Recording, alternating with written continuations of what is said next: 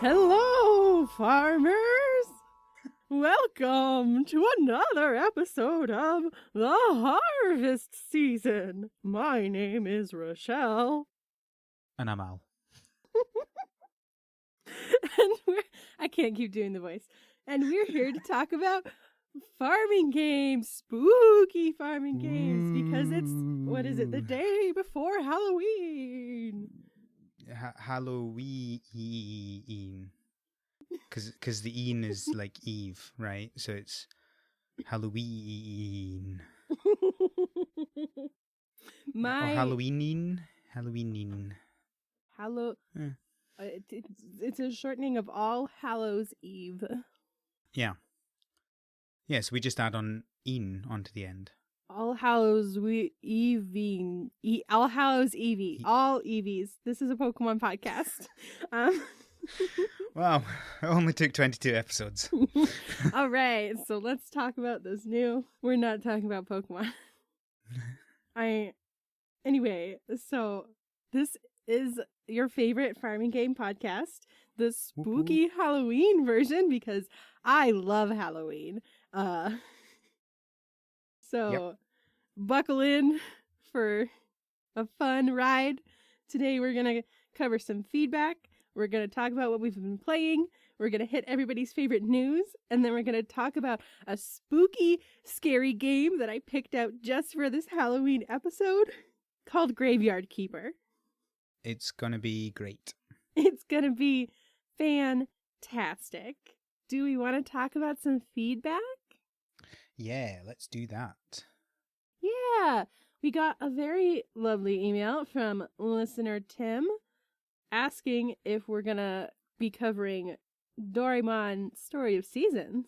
Spoiler alert, the answer is yes. Yes, that will be our next episode.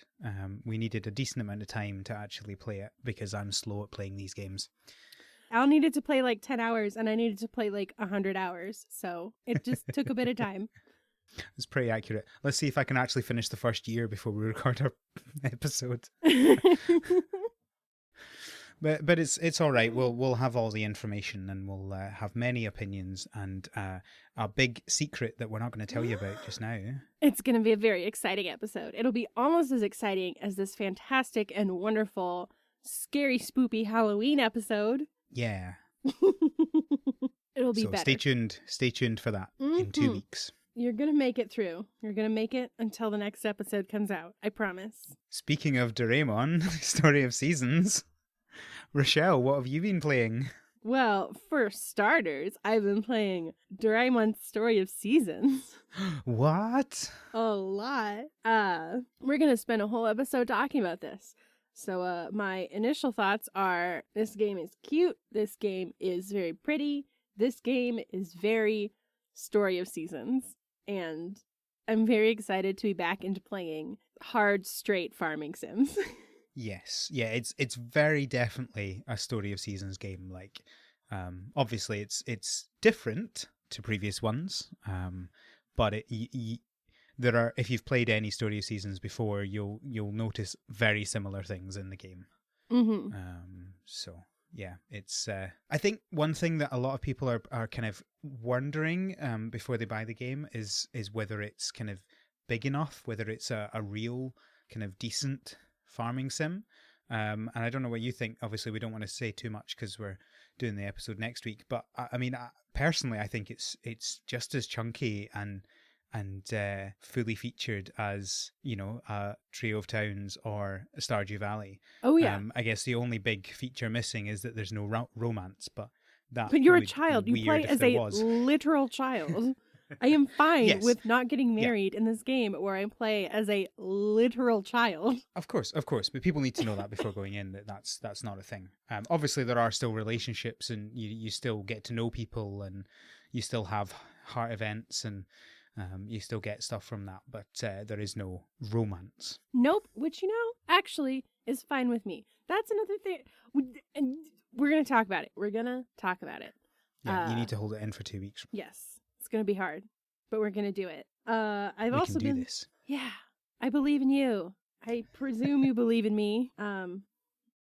Yes. Good. Not I'd have to start fading away that one Into the really, really Oh horrible. wait, no, you don't have the sea near you. Thanks for reminding me. I've also been playing Graveyard Keeper. I'm also shocked about that. Which I'll talk about later. Yeah. Yeah. What have you been playing? No, wait. I want to guess. You've been playing Doraemon's Story of Seasons. Yes, I have. I have. I have been playing that, not as much as I want to be because, life, but I am playing that and thoroughly enjoying it at this point. As you say, it is a very, very good looking game. There are some points where I just stand at the river and watch the water. It's really nice. It's so pretty. And yeah, well, considering the last Story of Seasons game was on the 3DS with like, what, a quarter of the number of pixels, this thing is really nice looking. And yeah, we'll talk more about that next time. But I've also been playing, you'll love this, Rochelle, I've been playing a game called Pokemon Chari. And this is a ROM hack of Pokemon Red. Oh, okay. For a second, I was just like, did I miss something? Like, no. I know I can't play Pokemon Masters on my phone, but is there more hidden stuff that I'm not aware of? No, this is not an official game. So it's a ROM hack of Pokemon Red. There is a blue one as well, but I played the red one. And the fun thing about this ROM hack is every Pokemon is Charizard. I wish you could see my face. So I started out playing this with the Zardmander, which is the Charmander Charizard, and realised I'd made a huge mistake because, of course, every Pokemon is fire, and so it was a mistake to choose the fire Pokemon. So what it's done is they've taken off the second typing of every Pokemon and made that fire, so they all have their main typing and fire, which means that obviously Zardmander is fire. So that got a distinct disadvantage, and I lost to Brock, and I was like, you know what, no, I'm not doing this. And I switched, restarted the game, and I played through the game with Squirtlezard instead, which is a water fire Pokemon. Oh gosh. Squirtlezard is very overpowered in this game. Oh my gosh. There's the only Pokemon that you actually have an issue with are grass Pokemon and electric Pokemon. And electric Pokemon I can deal with because, of course, you get Dig quite early in that game, so I have a ground type move to deal with the electric Pokemon. And grass ones, well, to be honest, I'm probably so overpowered, so over leveled at this point because I'm soloing it with, now Blastoisezard. Blastoisezard. Anyway, basically everything just dies. Did they make this game specifically to be my own personal hell? It's brilliant, and the sprites are changed and everything, and so I think the most terrifying one is Butterfreezard or Butterzard or whatever it's called, which it's literally a pink Charizard with Butterfree wings. It's amazing. Oh my gosh. Yeah, so I've been playing that as well, and I think five gyms in, so I'll probably be done in an hour. It's pretty easy if you choose Squirtlezard. That's an incredible adventure. It's amazing. I love it. It sounds hilarious and awful. To be fair, I hate that I'm about to say this. I like a single Charizard in all of Pokemon. No, just because you've not seen the Butterfreezard yet. You would love Butterfreezard. Okay, well, I'll keep you updated on that, listeners. I don't know if Butterfreezard can overcome 20 years of Charizard-related trauma. But anyway, so yeah, that's what I've been playing for some reason. Beautiful. I'm doing the first ever Zombies Run virtual race that I've ever done.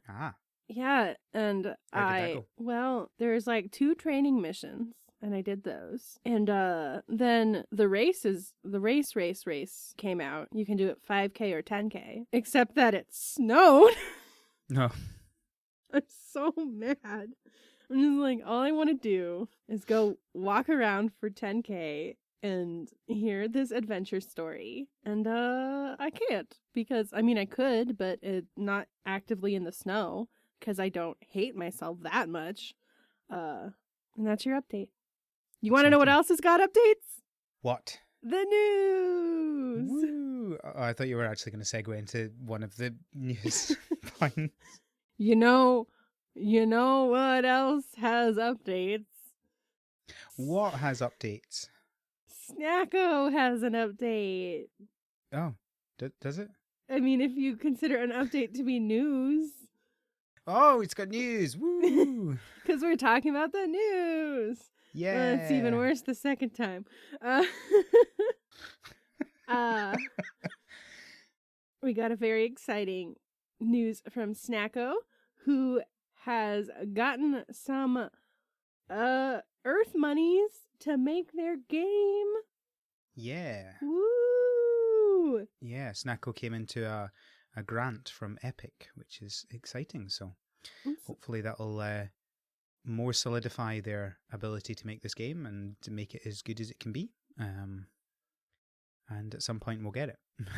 It takes money to make things, and they're getting money to make their thing. And I'm excited because this game is in a category of games which has significant shocking overlap that I consider to be essentially just made for me. And basically the top 3 games in this category are Ooblets, Snacko, and this game called Calico, which is about magical girls running cat cafes. Of course. I like cats, okay? I'm excited to farm cats and cat cafe cats where I carry cats and ride giant cats. And I like farm Ooblets. as a cat in Snacko's specific one. Yeah, except that's the first thing I said. You said farm cats. Oh. You're not farming cats. You're farming as a cat. Look, words are hard. I'm excited for Snacko, and I'm glad they're getting funding. Me too. They've also given us a sneak peek on their November alpha build. Woo! Which you can get if you're a $10 Patreon for them. Mm-hmm. So I think I'm going to have that money. Join their Patreon. Oh, I have already done that. It's exciting. I have a budget, and I will probably have to cut out something else. Oh, no. Because I've already hit my Patreon budget. I'll figure that out later. What else have we got? We have some Friends of Mineral Town news. Yeah, we do. Obviously, we won't be covering everything about Friends of Mineral Town just now, because although the game is out now in Japan, and we can know everything about the game if we want to, we're not really going to talk about it very much until it comes out in the West, because I just don't want to deal with Japanese, playing a game in Japanese. Because Rochelle notoriously cannot read or speak Japanese. Yeah. But I did find out some information, thanks to the wonderful share at Fogu, that I felt was too important not to share with our listeners. Mm-hmm. And that is, well, do you want to share that? Because I know how enthusiastic you are about all of this. All right. So first of all, there are skin tones. You don't have to be an extraordinarily pale person. You can be an extraordinarily pale person, a regular pale person, or a darker skinned person. There's 3 options. There's only 3 options. Yes, and the dark one is not very dark. It's not very dark. It should be said. Wish there should be another 1 or 2 darker than that to be ideally inclusive, but also I will give them half credit for trying. Because it's better. It is definitely an improvement. It's definitely an improvement. And that's what we've been talking about that, because the last thing about Friends of Mineral Town we'll come on to in a minute. We've been talking about how, they had 2 games originally where you were either a boy or a girl, and we were talking about how presumably they had been fixing this because they've moved on and realized that that's not a good thing to do, and they are improving, and so that's something they should be applauded for. But also, it could still be better. We'll get there. Yeah. There's also, it turns out, 4 different protagonists, 2 male and 2 female. So you have like the classic ones from the original game with the boy with his little hat and the girl in her really cute overalls. Oh, overalls are my thing this year. I love overalls. And then you also have a boy and a girl in like cute little yellow jackets and different hairstyles, and they look significantly different. It's really exciting. I think it's very cute. Yeah. So you can't customize your character, but at least you have some illusion of choice where you can choose between 4 options. Yeah. Or if you are emotionally bound to playing the gender closest to yours on the binary, 2 options.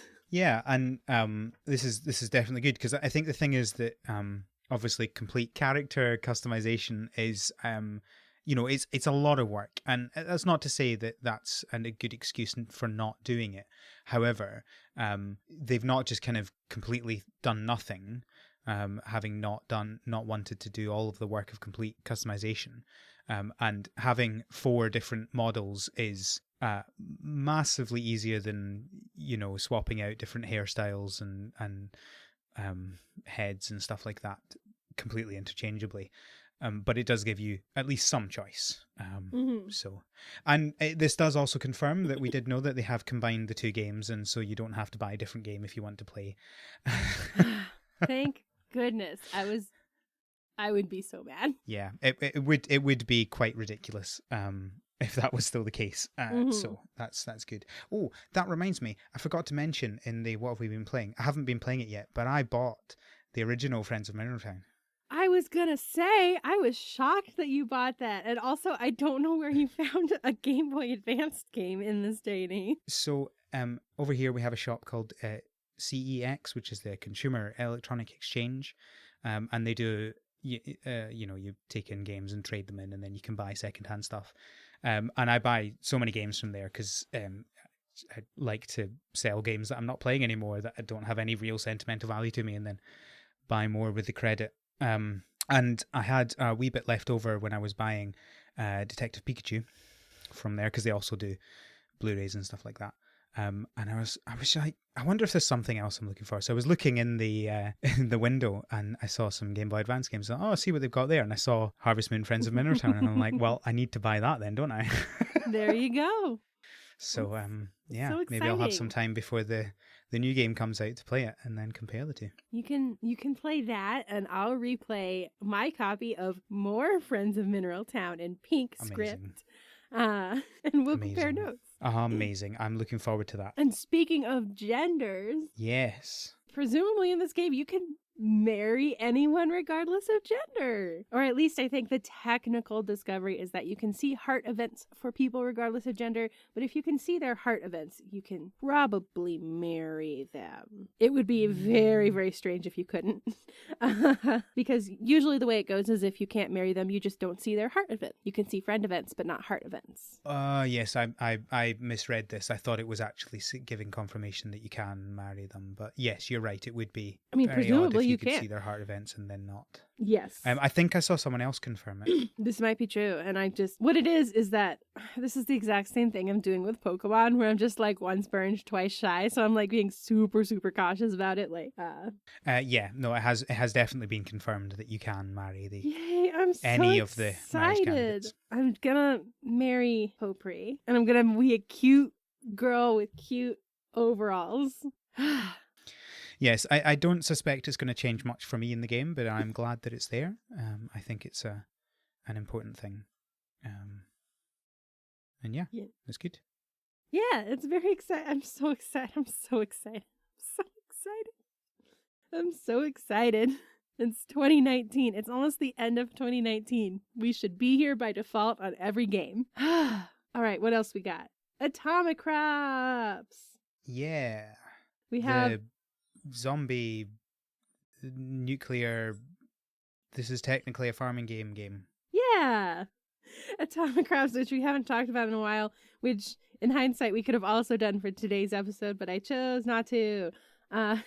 So Atomic Crops, which is the story where like you start a farm, but then a nuclear bomb drops and everything's like creepy, scary zombie mutants, and you're fighting creatures while also trying to farm, has an update. Yeah, and you'll love this because, you love puns. Ghosts and Gourds content update. Woo. Woo! I love it. Okay, I'm an adult. Yeah. So I don't think there's any need for us to detail things massively because we've hardly talked about Atomic Crops, but there's a new playable character, another character, there's some crops and some Halloween stuff. I think there's some new enemies and stuff like that. But if you play Atomic Crops, the link to the patch notes will be in the show notes. The game is still in early access and available on the Epic Game Store. But if you're playing it, then yeah, there you go. Enjoy. Yeah, I really enjoy all their fruits and veggies with little faces. That's my jam. It's like the horror version of Ooblets, but instead of being cute little veggie creatures, they're just like carrots that have faces that look like they want to die. So yes, it's the horror version of Ooblets. If by that you also mean it's a completely different style of gameplay and not at all relaxing, then yes, it is. Yeah. This is a farming shoot-it-up game. Yeah. Basically. Ooh. I mean, we talk a lot about a lot of different genre crossover games here. We do. We haven't gone into the more intense gameplay side, have we? I don't know. Forager No. a little bit kind of starts to get there. It does. It certainly it's leaning towards less stressful. It's not. I mean, I think we talked about this in this episode. It's not one of the relaxing games. Although if you're not playing it in hard, you can mostly play it in a reasonably relaxed style. But it's not on the same level as your Story of Seasons or your Stardew Valleys. For if you sure. if you stand still in Stardew Valley, nothing tries to attack you unless you're in the mines. Or I guess if you have there is one of the maps that you can have enemies on your farm, isn't there? Yeah, I did one of those recently. Also, I've been playing some Stardew Valley. That's really, really late. Also, I've been playing some Stardew Valley. I did that map, so I play so much Stardew Valley, it's like almost unnoteworthy at this point. So well, tell you what, you can tell us if you've not been playing Stardew Valley. Okay. I feel like just always assume every week that I have been playing Stardew Valley and Zombies Run until otherwise noted. Gotcha. Good. I think that's all the news this episode. Yeah. You want to talk about something else? Halloween spooky. Ooh. Was that spooky enough for you? That was significantly more spook than I was expecting from you, and I appreciate it. I will take it. It was beautiful. So the game we're going to talk about today is called Graveyard Keeper. Ooh. Which the official advertising line is the most inaccurate medieval cemetery sim, which is a very accurate description. This game came out last year, I believe. You can get it on everything. You can get it on PC and Mac and Linux. Ooh. Yeah, and you can also get it on like PlayStation, whatever, and Xbox Fancy and Switch, which I didn't realize until after I had bought the PC version. Xbox Fancy, is that the next generation Xbox? I don't know. I mean, the name makes as much sense as Xbox One did. I don't have those fancy expensive consoles, okay? I don't know anything about them. I have like an Xbox 360 that I inherited from my brother when he decided it was too lame and old for him. That mostly we just used to play Mass Effect, so. Look, you've got the Switch, that's all you need. Let's be honest. You know, you're not wrong. I have the Switch. You can get this on Switch. I don't know how it plays on Switch. Sorry. If you, listener, have played it on Switch, let us know how it plays. Yeah, let us know. Tweet us, email us, tell us all your thoughts. So I chose this game specifically for scary, spoopy fun times. Because I wanted a scary, spooky, fun game to talk about for Halloween. So we got a scary, spooky game coming up. So if you're not really into things like dead bodies or I don't know what else. I mean, it's a graveyard. It's Corpses. Dead bodies probably is pretty. I mean, it's just a different word for the same thing. Murder. Dead people. Witch burnings. Cannibalism. Oh boy. Al's like, whoa, this took a turn. I was in Wow. for the word witch burnings, but cannibalism. Everyone knows I love a good witch burning. Mhm. But as soon as you're going to eat that, you know, come on. Yeah, but I guess what I'm saying is if you're really not into squicky kind of morbid stuff like that, I'm not going to judge if you skip this one. So, Yeah. You've heard everything else in the episode. You've had the news. You've had all that. the news So- is the most important part of every episode. Of course. Of course.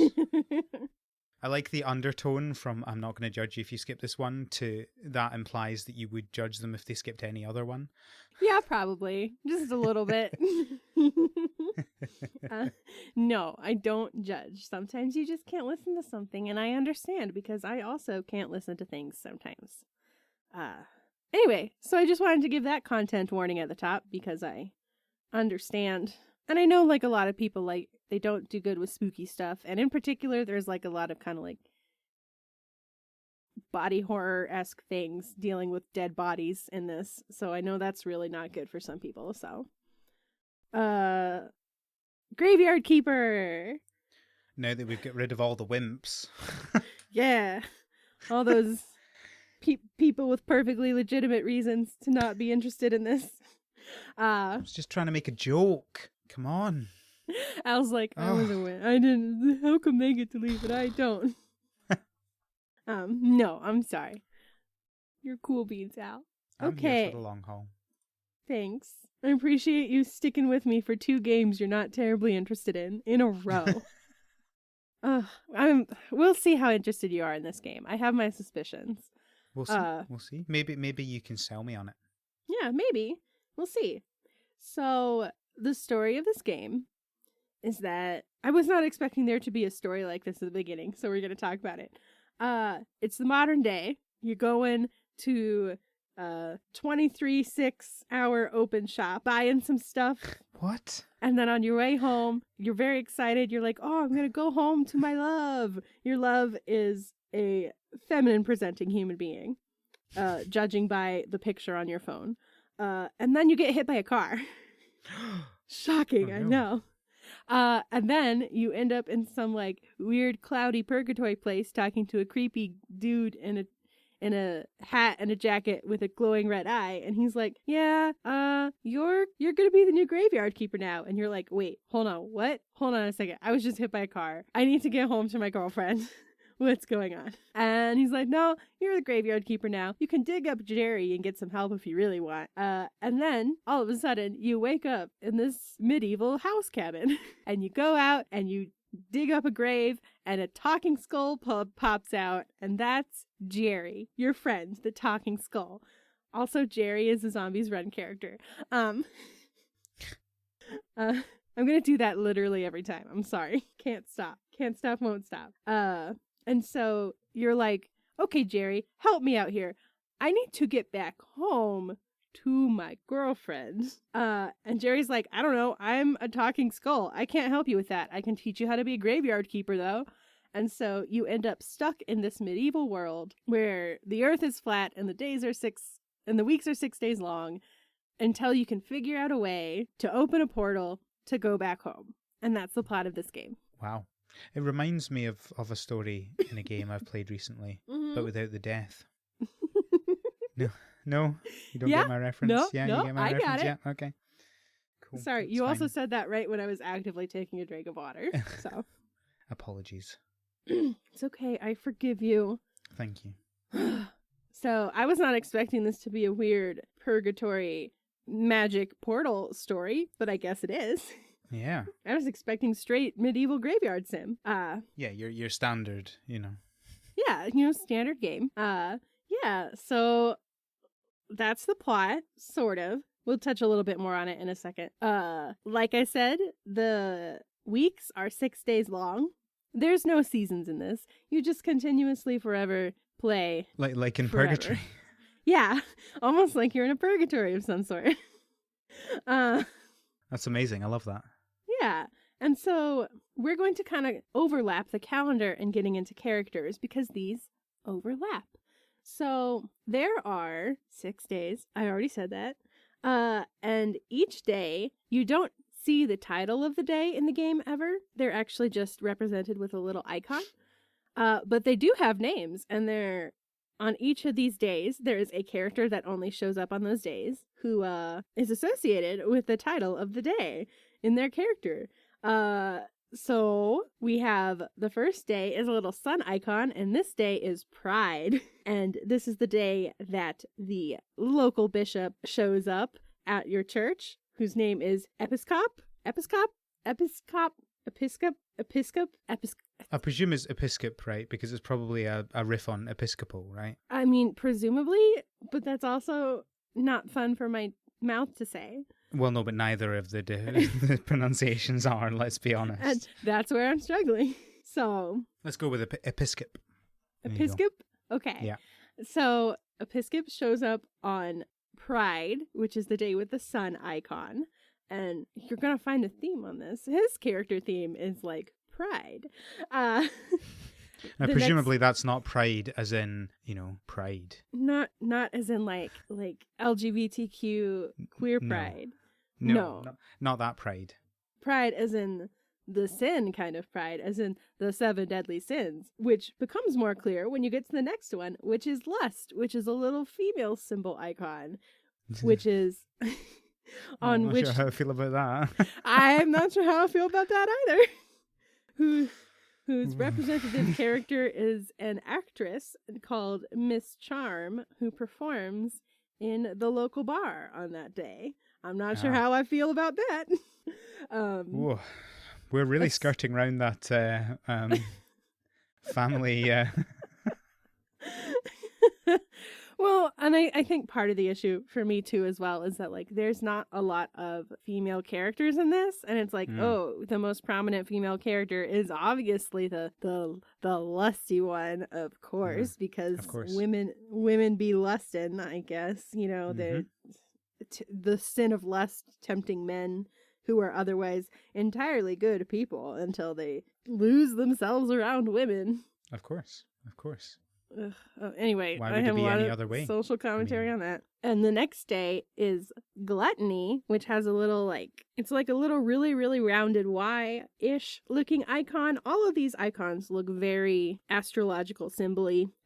But to my knowledge, this is the only one that is not actually kind of an astrological symbol. It looks like some other symbols, but does not reflect any actual symbol I know of or could find in research. So anyway, Gluttony is the day that the merchant shows up, who is a foodie rich guy merchant, as you could probably guess from his name. I also have feelings about this one, but that's fine. I get really irritated that gluttony is always just oh, it's a fat person because fat people are clearly gluttonous. So whatever. That's kind of crappy fat-phobic representation, but this is classic representation, so you're going to get what you're going to get. I mean, it does sound like a game full of stereotypes, right? Yeah, it kind of is.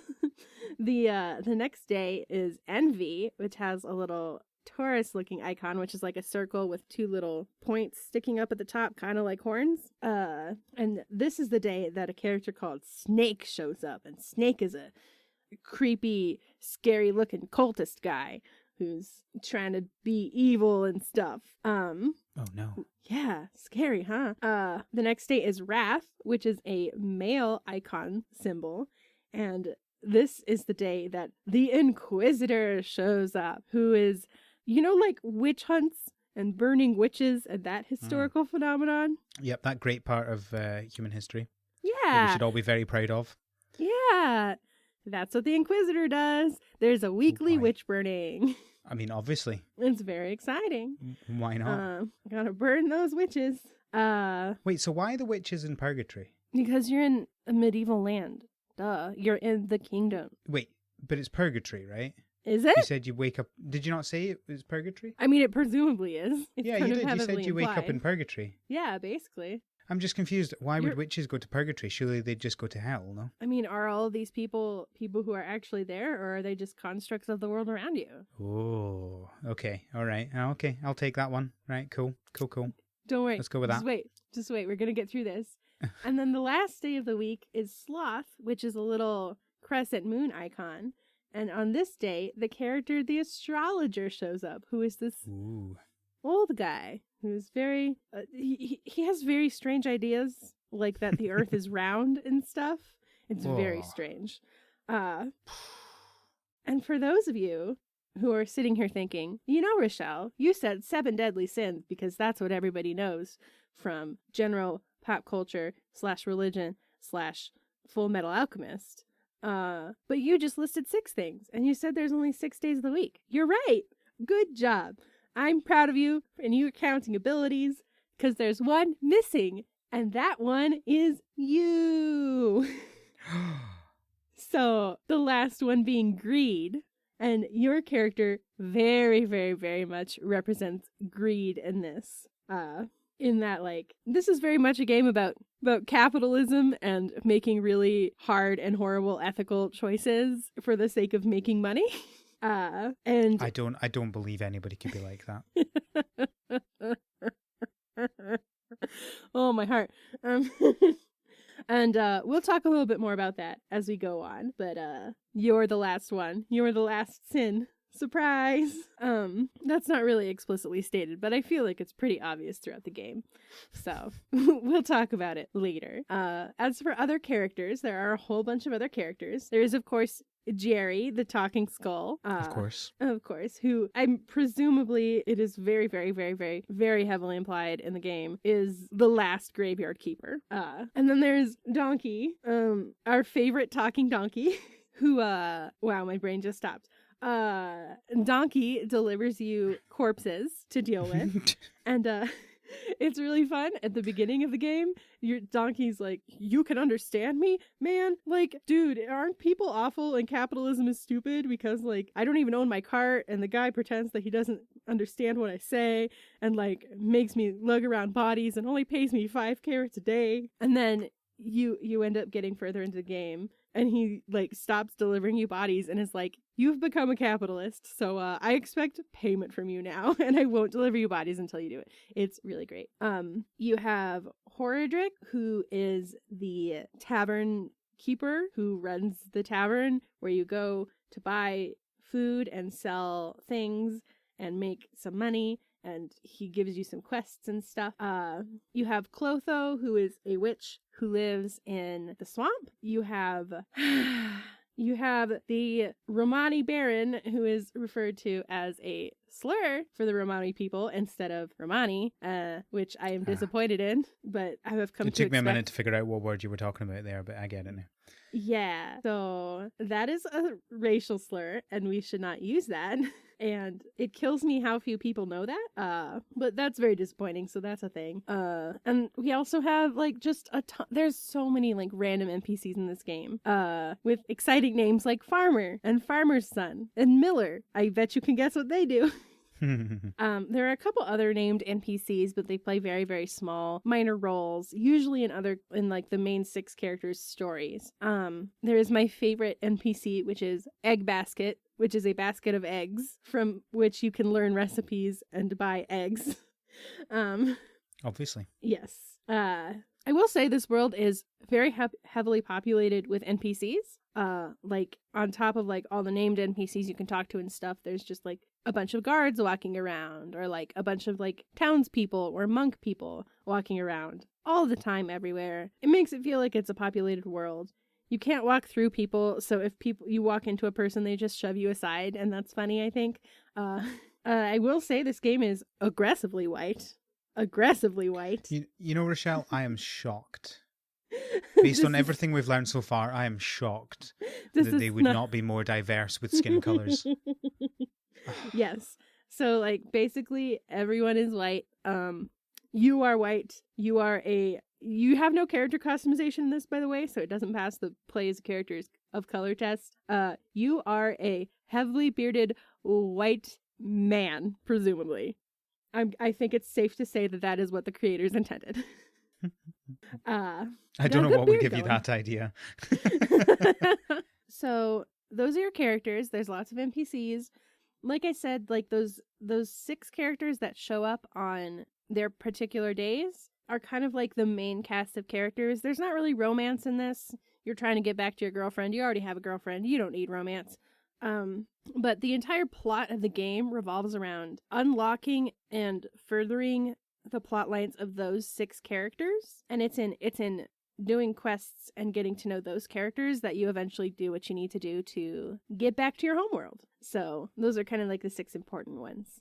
And you, because you're all the 7 deadly sins of, I don't know, lust, greed, envy, and capitalism. So,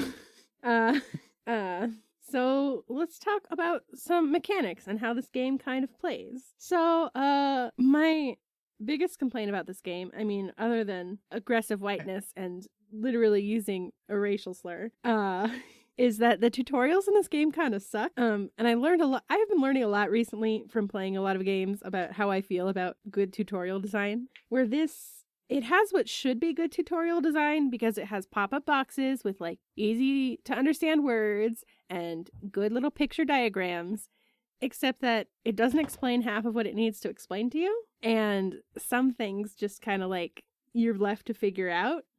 And some things it gives you a very vague description and not something accurate that can actually help guide you through things. I think the best example of this, like getting into the mechanics, actually has to do with like a major mechanic in this game. So you're the graveyard keeper, right? That makes sense. You keep the graveyard, and part of keeping the graveyard is the talking donkey delivers you corpses and you have to bury them. So there's a whole point system in this that has to do with your graveyard where you can have negative points for graves, positive points for graves. You're trying to have as many points for your graveyard as possible. And what that's based on is the quality of your corpses. So your corpses can have a number combination of red, green, and white skulls as sort of like quality points, essentially. Red skulls are supposed to represent the sins that they did, and white skulls are supposed to represent the good deeds that they did. And green skulls are like how decayed the corpse is before you put it in the ground. They always come to you at 100% and they slowly decay until you bury them. So for example, if you have a corpse with 2 red skulls and 2 white skulls, and you bury that straight into the ground, it's going to be worth -2 points because you have 2 sins in there. And then you have to use essentially grave decor, so like fences and gravestones and stuff like that of varying qualities which have a point value. So if you have -2 points because you have 2 red skulls and you put something worth 2 points on there, then it goes to 0, and then from there you can add things to get points past 0, but only as many white skulls as you have. So if you have 2 white skulls, no matter if you put anything worth 10 points on there, you can only have 2 points coming from that gravesite. And then all your grave sites add up to be the point value of your graveyard. They don't explain any of this to you. In any real in-depth way, and they absolutely do not explain this entire mechanic where like you have a whole morgue and you can do like autopsies and like take out people's flesh and their bones and stuff and change the quality of the corpses. So like some things will turn a red skull into a white skull, some things will add a skull, some things will take skulls away, etc. Like there's a whole thing about that barely is mentioned or touched on in any way whatsoever. That feels like quite an oversight. Yeah, and I think I kind of get like they were trying to like get you to experiment, like because they almost kind of sort of nudge you into a tutorial where they're like, hey, you can dig up this body and do something with it because it has too many sins, and like, but the thing is that like it's so vague, and what they actually tell you to do is couched in like a character it's like literally a ghost complaining that this guy sucks, so you dig him up and throw him in the river, so you're more likely to throw him in the river rather than experiment with him. So like it's not well done, and especially because like the corpse autopsy burial thing is like this really interesting complex mechanic that like is almost kind of puzzle like, and I get that they kind of want it to be puzzle like so you figure it out, but the tutorial sucked. I didn't know 2/3 of what I just told you until I was watching YouTube videos for research for this. But once I figured it out, it's actually like really interesting. It's hard to explain without getting into a really boring lecture because it's a very complicated mechanic, but it's fun. Like it's, I mean, as fun as the incredibly morbid idea of taking bodies and taking out their skulls to undo their sins can be. But like that's kind of like the best example I have of just like how crappy the tutorials are. Nothing really teaches you very well. So my suggestion on this is that if you're going to play, watch a couple tutorials on YouTube first. It will save you a lot of time. Trust me. Yeah, it's funny. You know, you talk about doing this podcast has made you realize, you know, what makes a good and what makes a bad tutorial. And yeah, you're totally right. My eyes have been opened over the last year in playing lots of different games and just seeing how good or how amazing or terrible tutorials can be, and they can either kind of completely confuse you for hours on end, or they can be an amazing part of the game that just kind of gets out your way and tells you what you need to know when you need to know it. Mm-hmm. And I don't think it was until we played Factory Town that I realized just how good a tutorial can be. Mm-hmm. You know, because we talked in that episode about how just it told you what you wanted to know if you wanted to know it at the right time that you needed to know it. It told you no more. It didn't get in your way. You could completely ignore it if you wanted to. And crucially, it didn't tell you anything until you were ready to read it. You know, my biggest issue with these tutorials is they always tell you something and you click through and you're like, oh, whoops, I didn't read that. I need to know what it said, you know? And that just, yeah. And I will say, like, especially I am used to accidentally clicking through when I needed to read it. And I actually got to the point with this where I started a new save file just to be read like, it all again. Well, part of it was that I needed to read it again. And part of it was like, I was wondering if I just missed something. Right, yeah. You know, like it was to the point where I felt like I missed a tutorial or something because I was that confused about it. Nope, I didn't miss anything. It was just confusing. So yeah, but yeah, that's a complaint about the tutorials. So that was also a very not accurate, vague explanation of like this sort of like graveyard mechanic with corpses. Oh, you'll like this. One of the things you can do is, with corpses is, you can turn them into zombies at a certain point to automate things. Oh. You love automation. So the automation in this game is zombies. I mean, I do like automation. You're not into zombie automation? Not sure how I feel about the zombies doing the automation, but yeah. They go forever and they don't need sleep. They're the perfect worker for slaves. Your capitalist society. Yeah. But yeah, you can, there's a lot of like strategy and like experimentation and planning and figuring out how to make the quote unquote perfect corpse. I think the best quality corpse you can get is like 12 white skulls. So, and, what do you do with these corpses? You bury them in the graveyard and get points for them. Or if they're not good enough for your graveyard, you can just throw them into the river, or you can cremate them or turn them into zombies. So, there are benefits and downsides to each of those. You don't have to deal with any consequences whatsoever if you throw a body in the river. So that's nice to know. That you're a very good graveyard keeper, just throwing the bodies in the river instead of burying them. Yeah. But if you do that, you don't get paid. So the way you get paid, that's why not then. Whenever you bury a body, you get a burial certificate, and you can sell that to the guy in the tavern for 1 silver, 50 copper. And the value of money is important in this game because that won't get you a lot. So in the beginning, you're like, wow, that's a lot of money. And then you get through the game and you're like, this is nothing. Oh, I'm going to have to do more to get money.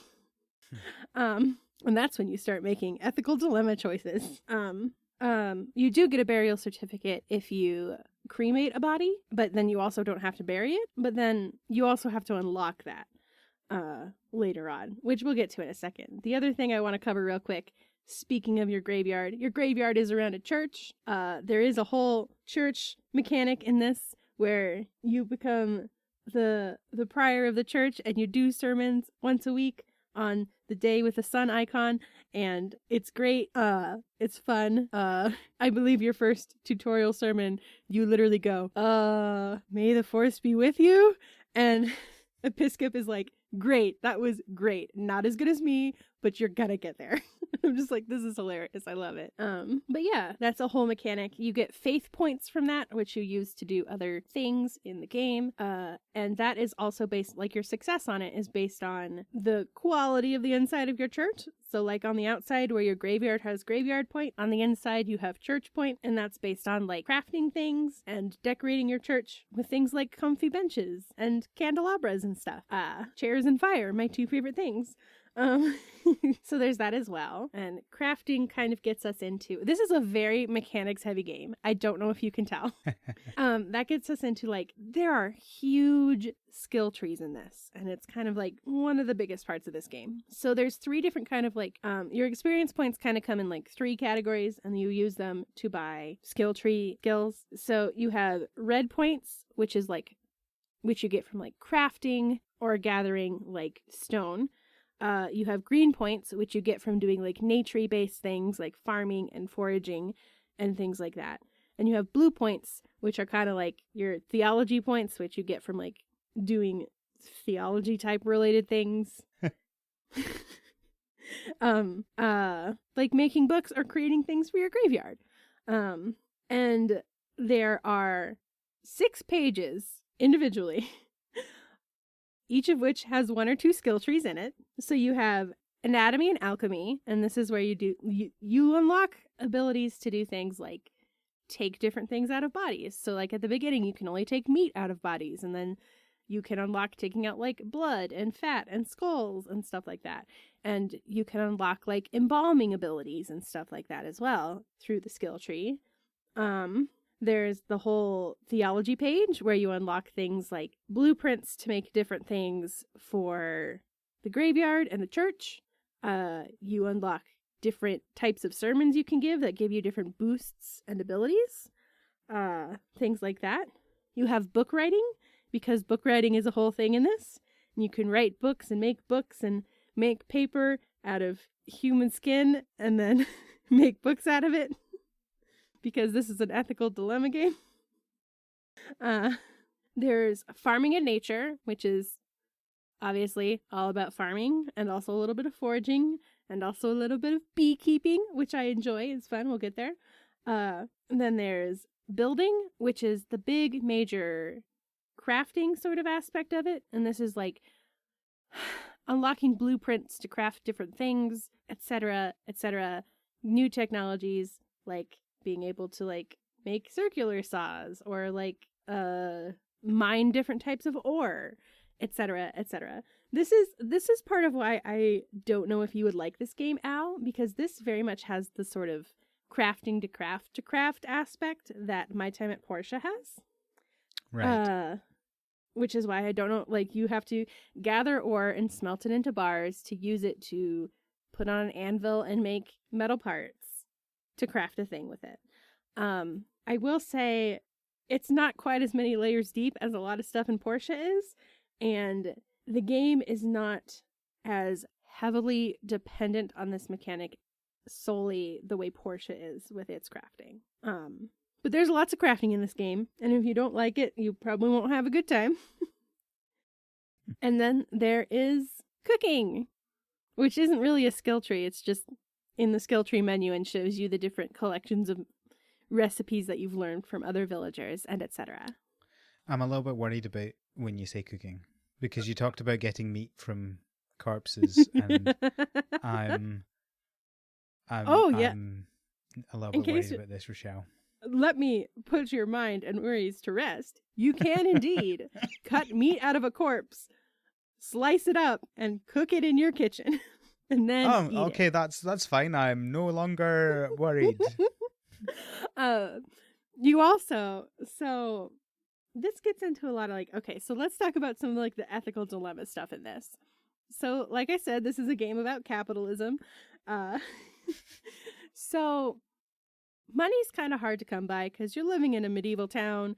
The town is literally You're not even in town. So what it is this map. First of all, the map is huge and takes a long time to walk across. There is an item you can buy. It's really expensive in the beginning. It's 2 silver pieces. It's a teleport stone. Just don't question it. Just buy it. Trust me. It will save you so much time because the map is huge. And there's like your church and your graveyard, and then there's like a forest and a quarry, and then a swamp, and then a gigantic wheat field, and then there's the hill where you burn witches on, and then there's like this mountainous region, and then there's beach, and then there's like it's huge. Anyway, I'm not talking about the map. I'm talking about ethical dilemmas. So money is hard to come by, and it's a lot of work.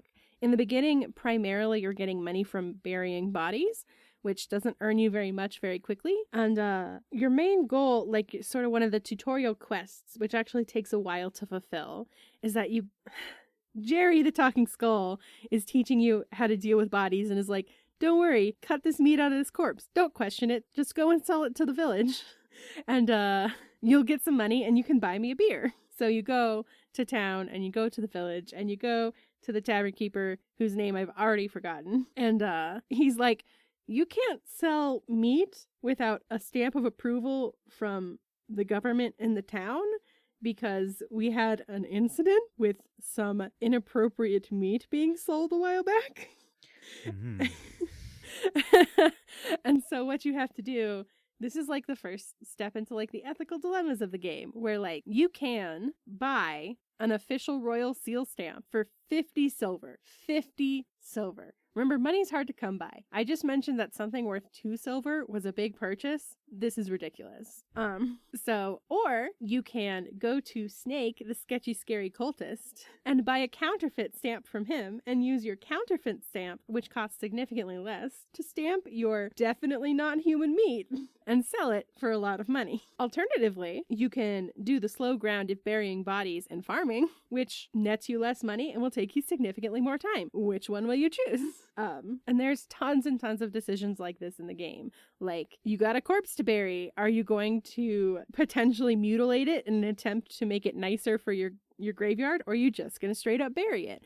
Are you going to buy expensively a bunch of hot dogs for the witch burning party? Or are you just going to make very cheap fake burgers made with human meat to feed to everybody? Like, there's a whole bunch of stuff in this like that.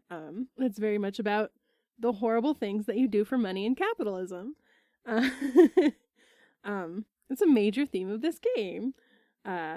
Speaking of farming, not that Rochelle is saying that everybody sells human meat as food, obviously. Yeah, you know, don't say it. Just move on. Just move on. I was just gonna say that taking flesh out of a body actually decreases its quality. So. Alrighty. We're talking about the game still, right? Yes, we're definitely. I mean, that's also often true of real life. But anyway. Stop there. Great. Okay. Cool. Right. Lovely. I gave you a warning at the beginning of this segment. Yep. So let's talk about the farming. One of the things I like about this is that, unlike My Time at Portia, farming is necessary for this game. You do have to. So like I said earlier, at a certain point, Donkey refuses to deliver you corpses unless you pay him. And you have to pay him in carrots, which means you have to grow carrots. And there are a number of kind of like plot progressing quests that need items of a certain quality, which you cannot buy. You would have to grow them. So like speaking of ethical dilemmas, one of the things I think is interesting in this game is that for the most part, if you really wanted to, you could grind and make enough money to buy almost everything you need to progress the plot in this game and never do any actual work, which I know sounds weird that you have to do the work and grind to get money, but then you don't have to do the work that goes into getting quest items, which are usually things that you have to unlock in your skill tree and then do a bunch of things to do. Or alternatively, you can unlock them in your skill tree and do them. So like if you need wine or vegetables of a certain quality, you're going to have to unlock a whole bunch of stuff in your skill tree to get to the point where you can grow grapes of a gold quality, for example, which is not necessarily easy to do right off the bat because, like I said, it's a skill tree. You have to unlock all the things before it. Takes a lot of time. So there are different places where you can farm in different ways in this. Your first and main one is your kitchen garden, where it's just a plot of land. I want you to imagine playing Harvest Moon or Stardew Valley, where you have land and you till it and you plant seeds and you grow crops. There's 2 types of crops you can grow. One is basic crops, and these don't ever have a quality rating. So you can grow carrots, of course, cabbage, wheat, beets, and also hemp, which is always fun. And then there's improvable crops, which are the ones that you can increase the quality of. And they are lentils, pumpkin, and onion, which you can do in this particular area. Right next to that on the map, you have your orchard, where you can grow berry bushes and apple trees.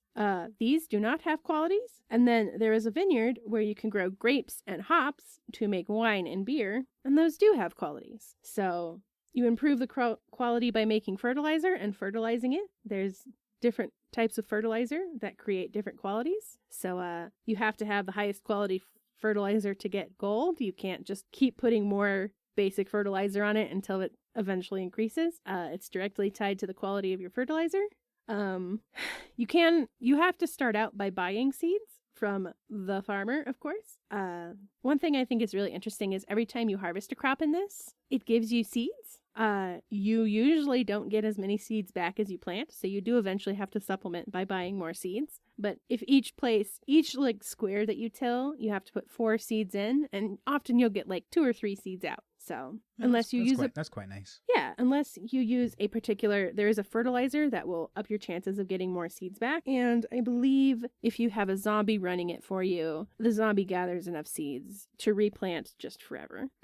So that's fun. There is a major part of the storyline with the merchant is you're starting a crop business with him. So to further the storyline, you have to farm, and you have to farm high quality vegetables. So it is necessary for the game.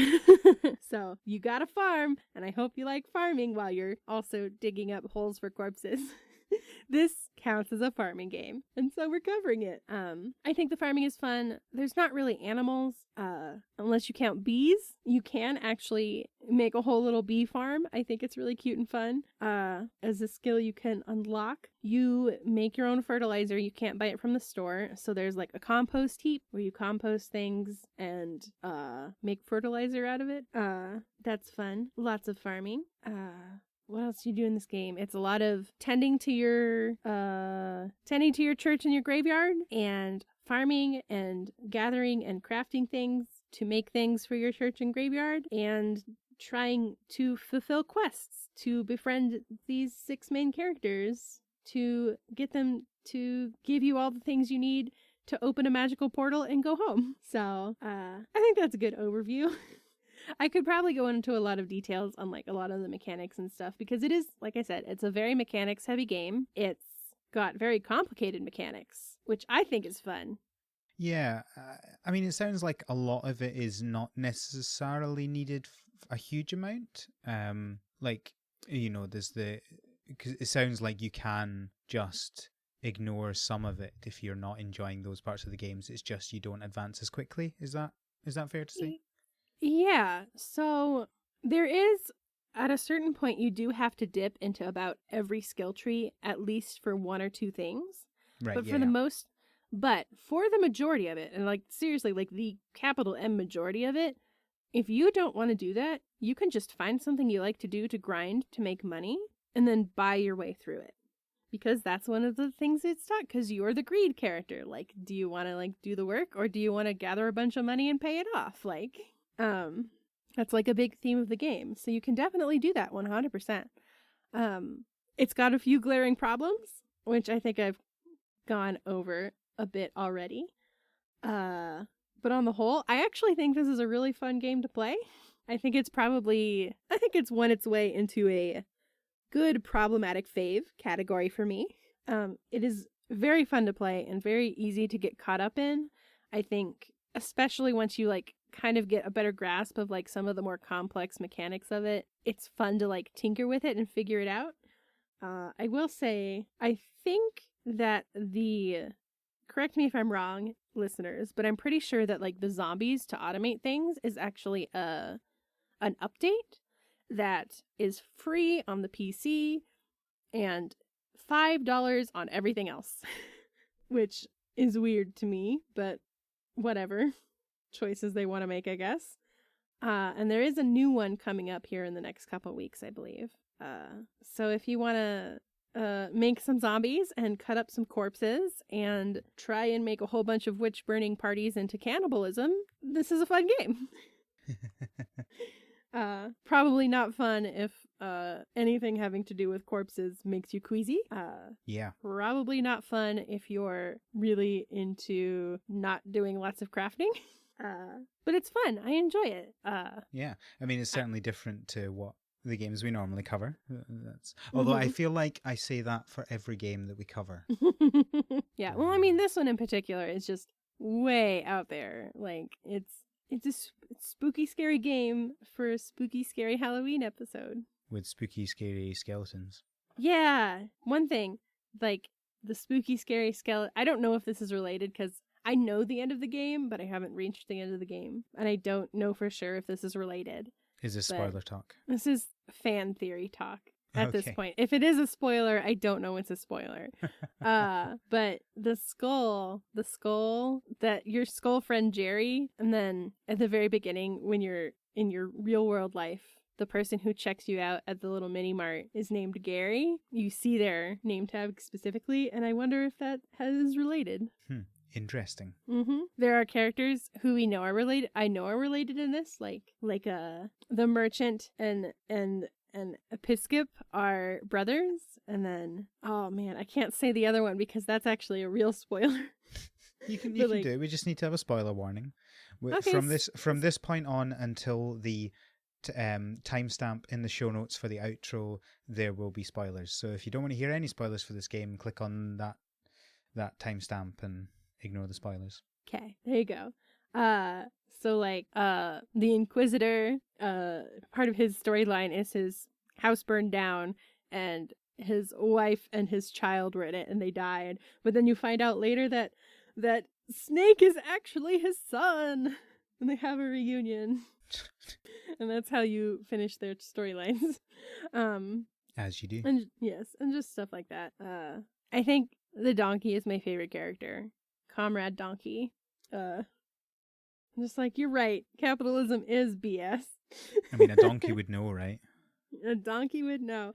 It's great. He's like, man, I don't even own my cart. I don't get paid enough, and now I'm going to demand you pay me in carrots ahead of time for every corpse. And also, I demand that you fix up my cart.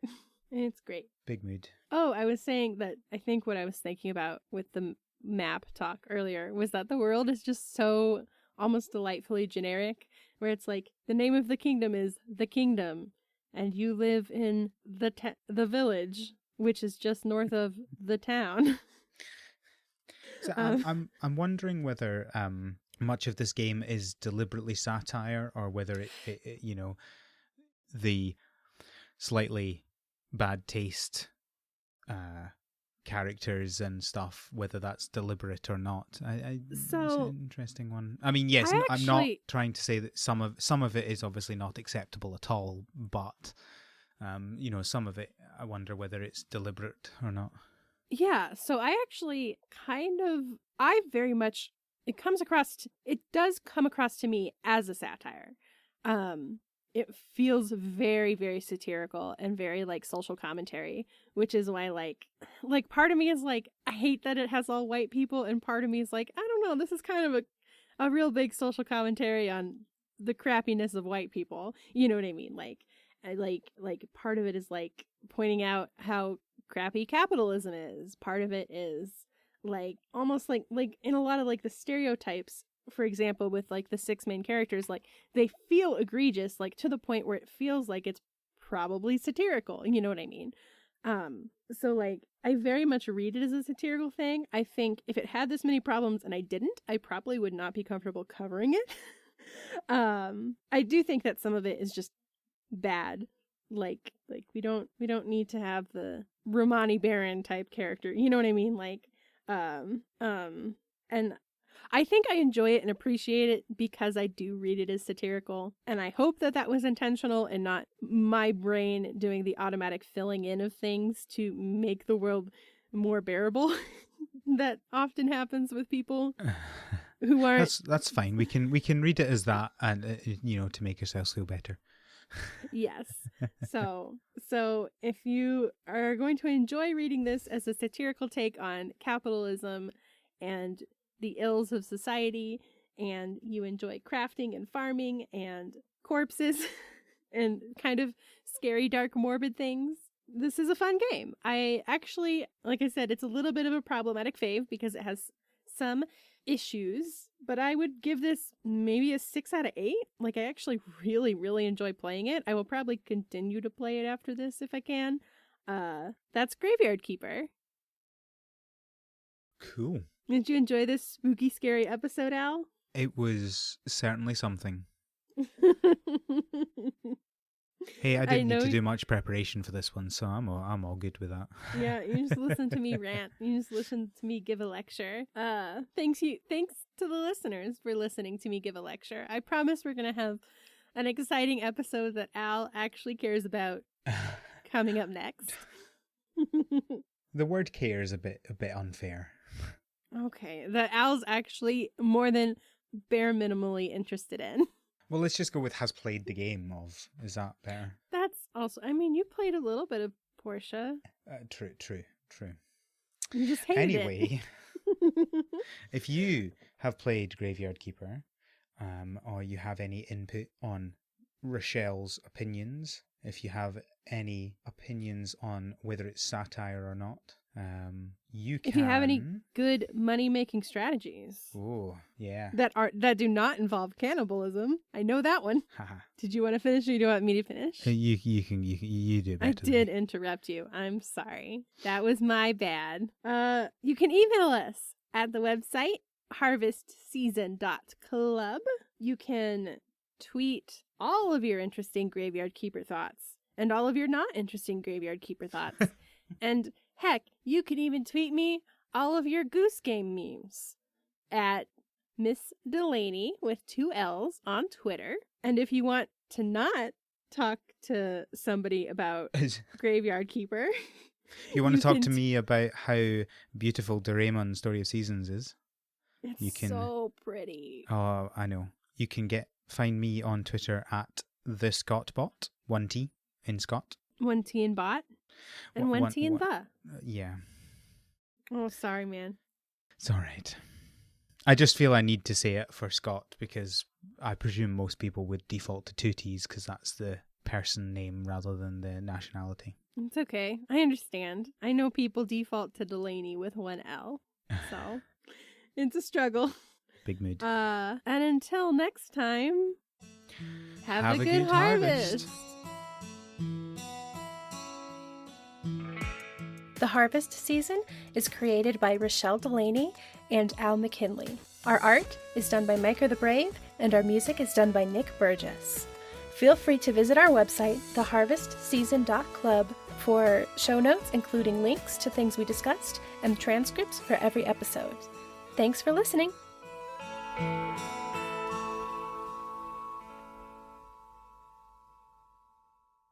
Oh no, we no. No, we should have a good have a good graveyard harvest. Have a good harvest of corpses. Yeah, that works. That's fine. I'm not going to join in that. We'll just let that one go. Great.